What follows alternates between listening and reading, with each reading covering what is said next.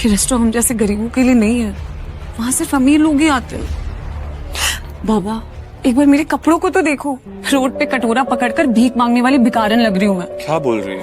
अभी सुनो मेरी बात, एक बार उस रेस्टोरेंट में खाना खा रहे अमीरों को देखो, उनमें और हम में जमीन आसमान का फर्क है। यार तुम बहुत सुंदर लग रही हो, ट्रस्ट मी। चलो।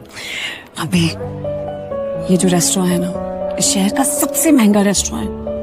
हमारी औकात ना उस रेस्टोरेंट में पानी पीने की भी नहीं है। अनन्या तुम चिंता मत करो, मैंने आज के दिन के लिए कब से सेविंग्स करके रखी हुई है। जो बर्थडे है यार, कम ऑन चलो। अच्छा जी, तुमने कैसे सोच लिया? ये जो तुमने दिन रात ऑर्डर्स डिलीवर करके पैसे जोड़े हैं, मैं तुम्हें एक झटके में उड़ाने दूंगी। अनन्या प्लीज सब कुछ मुझ पे छोड़ दो, मैं देख लूंगा। मैं टेबल लेने जा रहा हूँ, तुम आगे पीछे कम। अनन्या अभिनव को रोकने के लिए उसके पीछे पीछे भागी और जल्दी जल्दी में एक अमीर आदमी से टकरा गई और उस अमीर आदमी के महंगे सूट पर वाइन गिर गई। सॉरी मुझे माफ कर दीजिए, मुझे नहीं पता था। अंधी हो क्या? इस गवार को यहाँ आने किसने दिया? तुम जानती हो इस सूट की कीमत क्या है? 20 लाख का सूट है ये। मुझे माफ कर दीजिए सर, मुझे नहीं पता था। मैं अभी चल जा। तुम्हें क्या लगा मैं तुम्हें यहाँ से आसानी से जाने दूंगा? इस सूट की कीमत चुकाओ वरना क्या? वरना क्या? अरे वाह, एक और सड़क छाप गवार। लगता है इस रेस्टोरेंट के स्टैंडर्ड्स वाकई में बहुत गिर चुके हैं। अभी क्या भी मेरी पत्नी से माफी मांग। मैं माफी मांगू? तुम जानते भी हो मैं हूँ कौन? माफी मांगते और चलते हैं ना यहाँ से। He's the owner of Sikandi Industries. Let's go, please. तुम्हें समझ में नहीं आ रहा है? लेकिन माफी मांग मेरी पत्नी से अभी क्या भी। वरना कहीं ऐसा ना हो तू इस दिन के लिए पूरी जिंदगी बचता है। अभिनव की बात सुनकर वो अमीर आदमी गुस्से से तिलमिला उठा। पूरा रेस्टोरेंट उसे देख रहा था। मैं इस शहर का सबसे बड़ा हीरा व्यापारी हूँ। अमीर से अमीर लोग, मंत्री, संतरी सब मेरे पॉकेट में रहते हैं। मैं चाहूँ ना चुटकी में तुम्हारा नामो निशान मिटा सकता हूँ। पर अगर मैंने चुटकी बजाते ही तेरे पूरे बिजनेस का नामो निशान गायब कर दिया तो? जब तक वो आदमी अभिनव की बात समझ पाता, अभिनव ने अपना फोन निकाला और किसी को एक मैसेज भेजा। अगले ही पल उस अमीर आदमी को एक कॉल आया और उसके पैरों तले जमीन खिसक गई। व्हाट? ये सब कैसे हो सकता है पापा?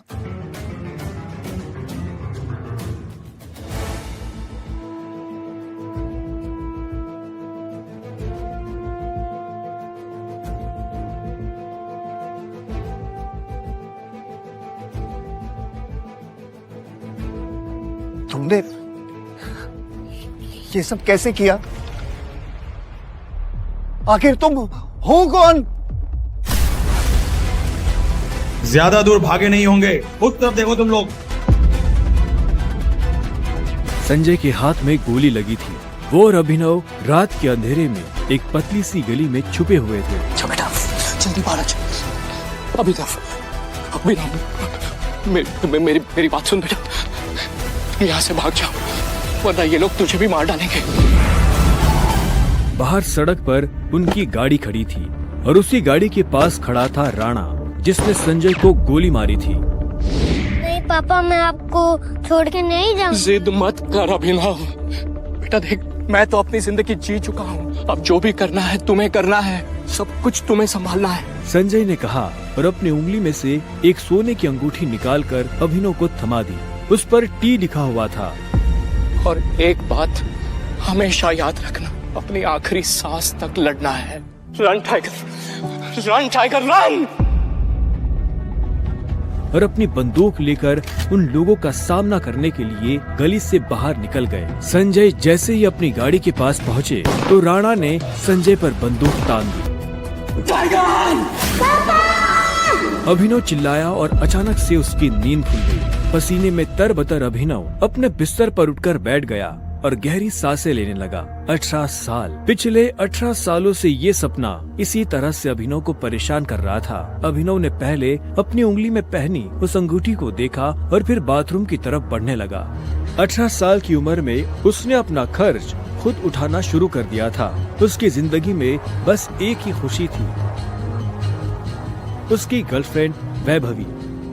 जब भी वो वैभवी को देखता तो अपने सारे दुख भूल जाता था और आज तो वैभवी का जन्मदिन था, इसलिए अभिनव जल्द से जल्द उससे मिलना चाहता था।